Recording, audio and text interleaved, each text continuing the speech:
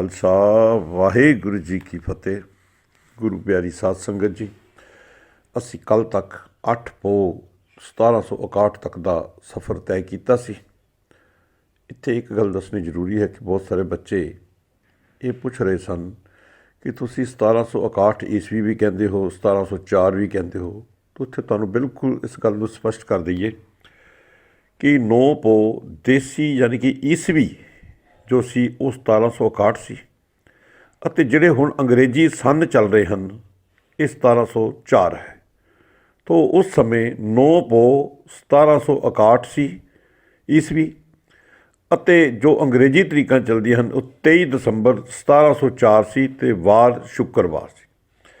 गुरु गोबिंद सिंह जी पातशाह जदों रात नूं 8 पोह की रात नूं 5 ਸਿੰਘਾਂ ने हुक्म दे दिता कि सच्चे पातशाह ਤੁਹਾਨੂੰ ਸਾਡੀ ਲੋੜ ਹੈ ਅਤੇ ਤੁਸੀਂ ਇਸ ਕਰਕੇ ਇਹ ਗੜੀ ਨੂੰ ਛੋੜ ਜਾਓ। ਪਿੱਛੇ 8 ਸਿੰਘ ਉੱਥੇ ਰਹਿ ਗਏ ਸਨ, ਜਿਨ੍ਹਾਂ ਦੀ ਅਗਵਾਈ ਭਾਈ ਸੰਗਤ ਸਿੰਘ ਜੀ, ਜਿਨ੍ਹਾਂ ਦੀ ਸ਼ਕਲ ਜਿਹੜੀ ਸੀ ਉਹ ਦਸਮ ਪਾਤਸ਼ਾਹ ਦੇ ਨਾਲ ਮੈਚ ਕਰਦੀ ਸੀ। ਤੋ ਉਸ ਸਮੇਂ ਰਾਤ ਨੂੰ, ਅੱਧੀ ਰਾਤ ਨੂੰ ਤਾੜੀ ਮਾਰ ਕੇ ਦਸਮ ਪਾਤਸ਼ਾਹ ਆਪਣੇ 3 ਸਿੰਘਾਂ ਦੇ ਨਾਲ ਉਸ ਅਸਥਾਨ ਤੋਂ ਵਿਦਿਆ ਹੋ ਗਏ ਸਨ।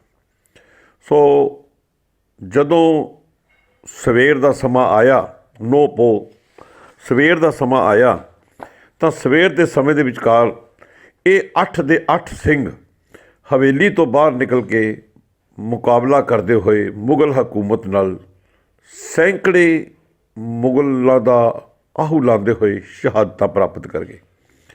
ਜਦੋਂ ਭਾਈ ਸੰਗਤ ਸਿੰਘ ਜੀ ਦੀ ਸੀਸ ਉਹਨਾਂ ਨੂੰ ਮਿਲਿਆ ਤਾਂ ਉਹਨਾਂ ਨੇ ਇਹ ਰੌਲਾ ਪਾ ਦਿੱਤਾ ਮੁਗਲਾਂ ਨੇ ਕਿ ਅਸੀਂ ਦਸਮ ਪਾਤਸ਼ਾਹ ਨੂੰ ਮਾਰ ਦਿੱਤਾ ਹੈ। ਪਰ ਜਦੋਂ ਇਸ ਗੱਲ ਦਾ ਚਾਨਣਾ ਵਜ਼ੀਰ ਖਾਨ ਨੂੰ ਪਤਾ ਲੱਗਿਆ ਕਿ ਇਹ ਗੁਰੂ ਗੋਬਿੰਦ ਸਿੰਘ ਜੀ ਦਾ ਸਰੀਰ ਨਹੀਂ ਹੈ, ਤਾਂ ਉਹਨਾਂ ਨੇ ਆਪਣੇ ਸਾਰੇ ਜਰਨੈਲਾਂ ਨੂੰ ਬਹੁਤ ਸਾਰੀਆਂ ਝਾੜਾਂ ਪਾਈਆਂ। ਦੂਸਰੇ ਪਾਸੇ ਦਸਮ ਪਾਤਸ਼ਾਹ ਜੋ ਚਮਕੌਰ ਤੋਂ ਨਿਕਲ ਕੇ ਗਏ ਸਨ, 3 ਸਿੰਘਾਂ ਨੇ ਅਲੱਗ-ਅਲੱਗ ਰਸਤੇ ਅਡਾਪਟ ਕੀਤੇ ਸਨ। ਔਰ ਗੁਰੂ ਸਾਹਿਬ ਚਮਕੌਰ ਤੋਂ ਨਿਕਲ ਕੇ ਜਦੋਂ ਮਾਛੀਵਾੜੇ ਵਾਲੇ ਪਾਸੇ ਨੂੰ ਜਾ ਰਹੇ ਸਨ, ਤਾਂ ਰਸਤੇ ਦੇ ਵਿਚਕਾਰ ਇਹਨਾਂ ਦੇ ਪੈਰਾਂ ਦਾ ਜੋੜਾ ਵੀ ਸੀ ਜਿਹੜਾ ਉਹ ਵੀ ਰਾਹ ਦੇ ਵਿੱਚ ਹੀ ਰਹਿ ਗਿਆ। ਗੁਰਦੇਵ ਨੰਗੇ ਪੈਰੀ ਬਹੁਤੀਆਂ ਠੰਡੀਆਂ ਰਾਤਾਂ ਵਿੱਚ ਤੁਰਦੇ ਹੋਏ ਲਗਭਗ 8 ਮੀਲ ਦਾ ਪੈਂਡਾ ਤੈਅ ਕਰਕੇ ਪਿੰਡ ਚੂਹੜਵਾਲ ਦੇ ਨੇੜੇ ਪਿੰਡ ਕਿੜੀ, ਇੱਕ ਜੰਗਲ ਭਰਿਆ ਇਲਾਕਾ ਸੀ, ਵਿੱਚ ਜਾ ਕੇ ਠਹਿਰੇ ਅਤੇ ਰਾਤ ਇੱਥੇ ਹੀ ਕੱਟੀ। ਕੁਝ ਸਵੇਰ ਹੋ ਗਈ। ਜਦੋਂ ਉਹ ਸਵੇਰ ਦਾ ਸਮਾਂ ਹੋਇਆ ਤਾਂ ਉੱਥੇ 2 ਗੁੱਜਰ ਭਰਾ ਅਲਫੂ ਅਤੇ ਗਾਮੂ, ਵੈਸੇ ਤਕਰੀਬਨ ਗੁੱਜਰ ਲੋਕ ਜਿਹੜੇ ਹਨ ਉਹ ਗਾਵਾਂ ਮੱਝਾਂ ਦਾ ਕੰਮ ਕਰਦੇ ਹਨ। ਤੁਸੀਂ ਦੇਖਿਆ ਹੋਵੇਗਾ ਕਈ ਵਾਰ ਸੜਕਾਂ ਦੇ ਉੱਪਰ ਇੱਜੜਾਂ ਦੇ ਇੱਜੜ ਲੈ ਕੇ ਕੋਈ ਰਾਜਸਥਾਨ ਤੋਂ ਇਲਾਕੇ ਤੋਂ ਕਾਫੀ ਗੁੱਜਰ ਆਉਂਦੇ ਹਨ। ਕੁਛ ਹਰਿਆਣੇ ਦੇ ਹਿਸਾਰ ਸਾਈਡ ਤੋਂ ਚਲੇ ਜਾਈਏ ਤਾਂ ਇਸ ਸਾਈਡ 'ਤੇ ਵੀ ਕਾਫੀ ਗੁੱਜਰ ਹਨ, ਮੱਧ ਪ੍ਰਦੇਸ਼ ਦੇ ਵਿੱਚ ਵੀ ਕਾਫੀ ਗੁੱਜਰ ਹਨ। ਅਤੇ ਗੁੱਜਰਾਂ ਦਾ ਸ਼ੁਰੂ ਤੋਂ ਹੀ ਸਿੱਖਾਂ ਦੇ ਨਾਲ ਵੈਸੇ ਵੀ ਪਿਆਰ ਪੂਰਾ ਨਹੀਂ ਰਿਹਾ। ਤੋ ਜਦੋਂ ਉਹਨਾਂ ਦੋਨਾਂ ਭਰਾਵਾਂ ਨੇ ਗੁਰੂ ਸਾਹਿਬ ਜੀ ਨੂੰ ਦੇਖਿਆ ਤਾਂ ਉਹਨਾਂ ਨੇ ਉੱਥੇ ਰੌਲਾ ਪਾਉਣ ਦੀ ਕੋਸ਼ਿਸ਼ ਕੀਤੀ। ਤਾਂ ਗੁਰੂ ਸਾਹਿਬ ਜੀ ਨੇ ਜਦੋਂ ਦੇਖਿਆ ਕਿ ਰੌਲਾ ਪਾ ਰਹੇ ਹਨ ਤਾਂ ਗੁਰੂ ਸਾਹਿਬ ਜੀ ਨੇ ਉਹਨਾਂ ਨੂੰ ਕੁਛ ਸੋਨੇ ਦੀਆਂ ਮੋਹਰਾਂ ਦੇ ਕੇ ਚੁੱਪ ਕਰਾਉਣ ਦਾ ਯਤਨ ਕੀਤਾ। ਪਰ ਜਦੋਂ ਰੌਲਾ ਪਾਉਣ ਤੋਂ ਨਾ ਹਟੇ ਤਾਂ ਗੁਰੂ ਸਾਹਿਬ ਜੀ ਨੇ ਦੋਹਾਂ ਨੂੰ ਕਿਰਪਾਨ ਦੀ ਭੇਟ ਕਰ ਦਿੱਤਾ। ਤੋ ਮਾਛੀਵਾੜੇ ਉਸ ਤੋਂ ਬਾਅਦ ਗੁਰੂ ਸਾਹਿਬ ਚੱਲ ਕੇ ਪਿੰਡ ਬਹਿਲੋਲ ਵਿਖੇ ਪੁੱਜੇ, ਜਿੱਥੇ ਲਗਭਗ ਚੰਗਾ ਚਾਨਣ ਹੋ ਚੁੱਕਾ ਸੀ। ਹੁਣ ਇੱਥੇ ਸੰਘਣੇ ਜੰਗਲ ਵਿੱਚ ਗੁਰੂ ਸਾਹਿਬ ਜੀ ਨੇ ਪਿੰਡ ਜੰਡ ਦੇ ਦਰਖਤ ਦੇ ਹੇਠਾਂ ਕੁਝ ਸਮਾਂ ਆਰਾਮ ਕੀਤਾ। ਇਸ ਅਸਥਾਨ ਦੇ ਉੱਪਰ ਗੁਰਦੁਆਰਾ ਜੰਡ ਸਾਹਿਬ ਸੁਸ਼ੋਭਿਤ ਹੈ, ਪਰੰਤੂ ਗੁਰੂ ਸਾਹਿਬ ਨੂੰ ਇੱਥੇ ਦੁਸ਼ਮਣ ਦੇ ਪੁੱਜ ਜਾਣ ਦਾ ਸ਼ੱਕ ਸੀ। ਗੁਰੂ ਸਾਹਿਬ ਇੱਥੋਂ ਅੱਗੇ ਚੱਲ ਪਏ ਅਤੇ ਗੁਰੂ ਦੇਵ ਦੇ ਕੋਮਲ ਚਰਨ ਕੰਡਿਆਂ ਨਾਲ ਖੂਨੋ ਖੂਨ ਹੋ ਗਏ ਸਨ। ਮੇਰੇ ਪੰਥ ਦੇ ਵਾਲੀ ਨੰਗੇ ਪੈਰੀ ਚਲਦਿਆਂ ਪੈਰਾਂ ਦੇ ਵਿੱਚ ਛਾਲੇ ਪੈ ਗਏ ਸਨ। ਝਾੜੀਆਂ ਦੇ ਨਾਲ ਅੜ ਅੜ ਕੇ ਉਹਨਾਂ ਦਾ ਜਾਮਾ ਲੀਰੋ ਲੀਰ ਹੋ ਚੁੱਕਾ ਸੀ। ਵਿਛੋੜਾ, ਭੁੱਖ, ਥਕੇਵਾਂ ਅਤੇ ਉਹ ਨੀਂਦਰਾ ਉਹਨਾਂ ਦੇ ਨਾਲ ਸੀ, ਪਰ ਉਹਨਾਂ ਦੀ ਆਤਮਾ ਬੁਲੰਦ ਸੀ ਅਤੇ ਚੜ੍ਹਦੀ ਕਲਾ ਵਿੱਚ ਸੀ। ਪਰ ਸਰੀਰ ਜਿਹੜਾ ਸੀ ਉਹ ਨਿਢਾਲਤਾ ਵੱਲ ਜਾ ਚੁੱਕਾ ਸੀ।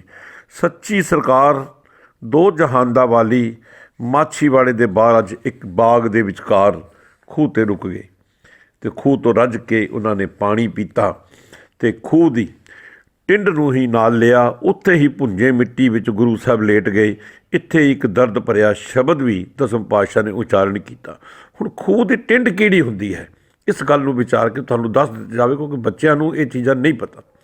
ਖੂਹ ਦੀ ਟਿੰਡ ਇਹ ਹੁੰਦੀ ਹੈ, ਤੁਸੀਂ ਕਈ ਵਾਰ ਦੇਖਿਆ ਹੋਵੇਗਾ ਜਿਨ੍ਹਾਂ ਨੇ ਪੁਰਾਤਨ ਸਮਿਆਂ 'ਚ ਦੇਖਿਆ, ਖੂਹ ਦੇ ਵਿਚਕਾਰ ਇੱਕ ਲੋਹੇ ਦੇ ਕੱਪ ਜੇ ਲਟਕ ਰਹੇ ਹੁੰਦੇ ਹਨ, ਉਹ ਇੱਕ ਇੱਕ ਭਰ ਕੇ ਬਾਹਰ ਆਉਂਦਾ ਹੈ, ਤਾਂ ਉਸ ਨੂੰ ਟਿੰਡ ਕਿਹਾ ਜਾਂਦਾ ਹੈ।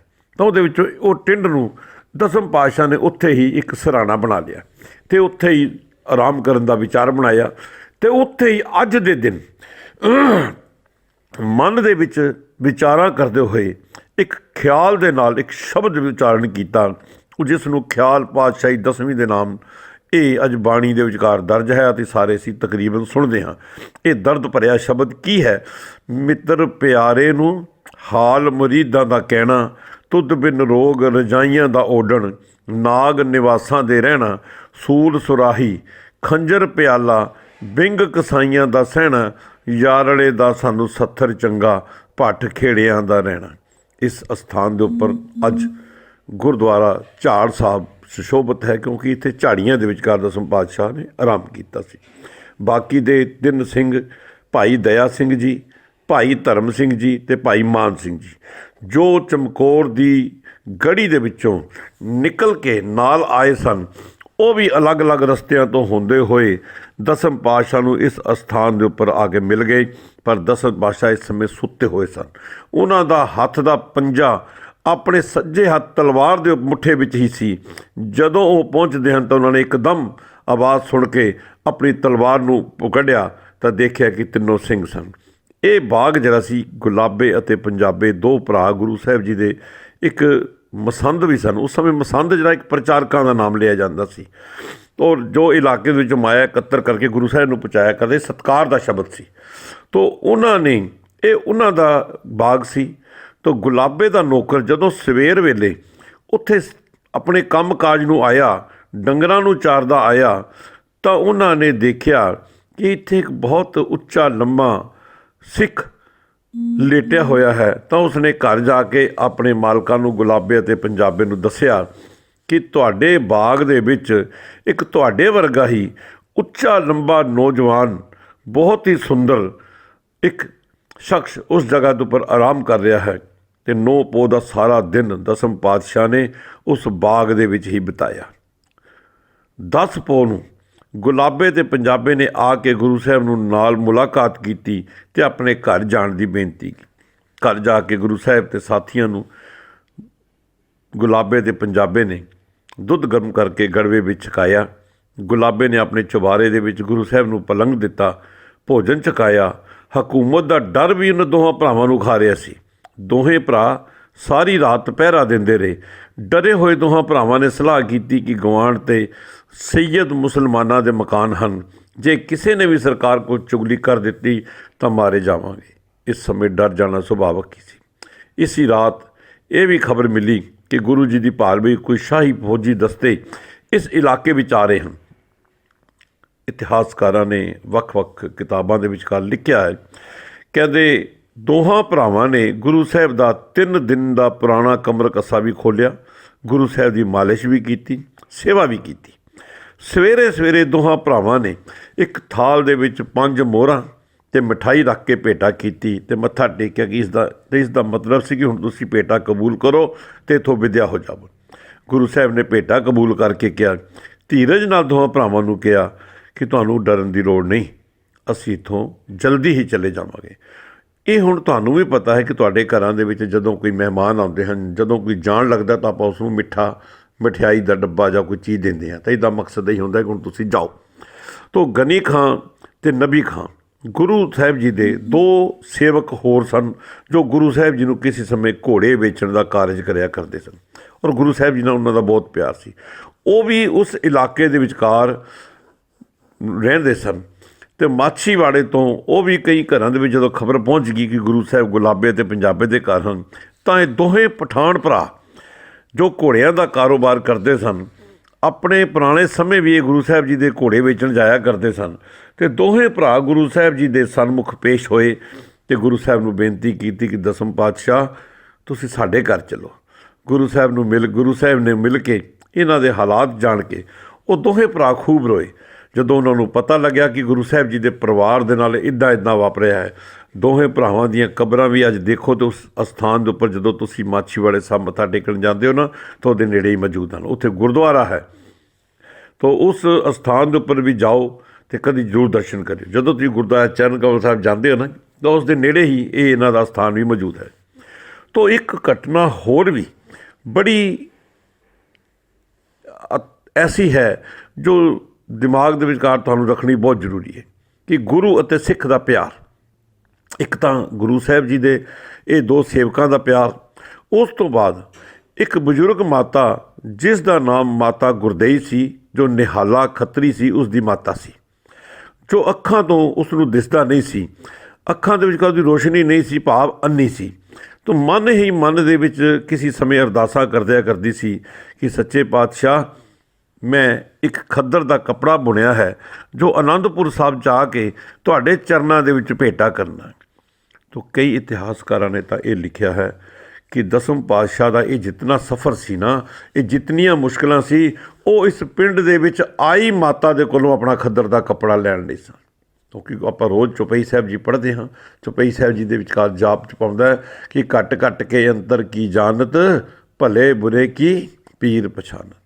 ਤੋ ਇਹ ਉਹਨਾਂ ਦੀ ਜਾਣੀ ਜਾਣ ਸਨ। ਅਤੇ ਦਸਮ ਪਾਤਸ਼ਾਹ ਆਪ ਇੰਨੀਆਂ ਮੁਸ਼ਕਿਲਾਂ ਦੇ ਵਿਚਕਾਰ ਹੁੰਦੇ ਹੋਏ ਆਪਣੀ ਮਾਤਾ ਦੀ, ਉਸ ਮਾਤਾ ਗੁਰਦੇਈ ਦੀਆਂ ਮਨੋਕਾਮਨਾਵਾਂ ਪੂਰੀਆਂ ਕਰਨ ਲਈ ਉਸ ਸਥਾਨ 'ਤੇ ਪਹੁੰਚੇ।